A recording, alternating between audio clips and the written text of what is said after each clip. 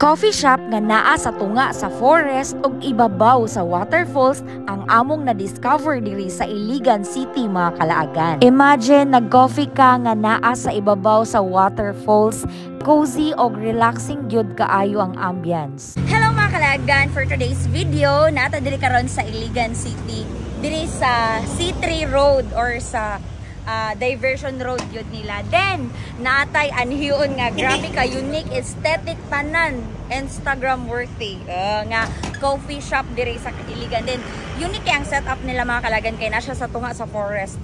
So, muna siya ang dalan diri padulong.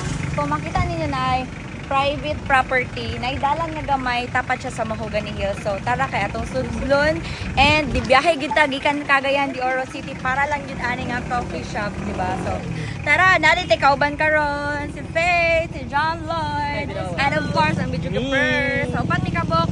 So, tara, let's go!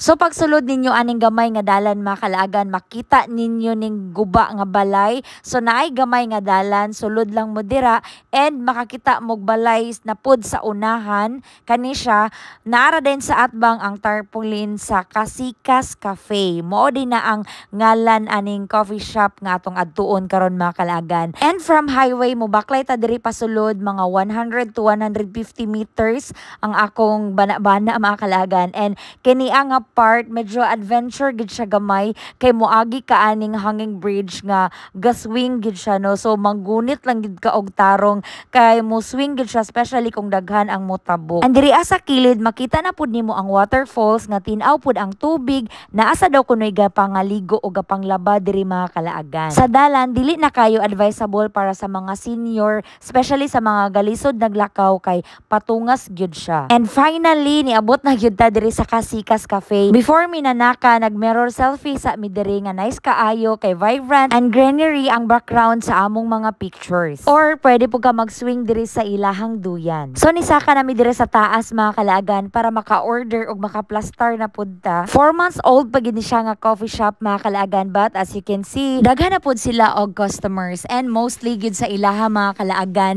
kay mga students, magbarkada or couple lang nga ga-date, napoy mga single. So this coming Valentine's Day mga kalaagan, nice kind siya nga spot para mag-date mo kay romantic jud kaayo ang place. Open sila daily from 10 AM to 7 PM and ang ilang exact address mga kalaagan kay C3 Road, Palao, diri sa Iligan City. Sulit ra pud ang among paglaag diri sa Casica's Cafe mga kalaagan kay relaxing jud ang place no.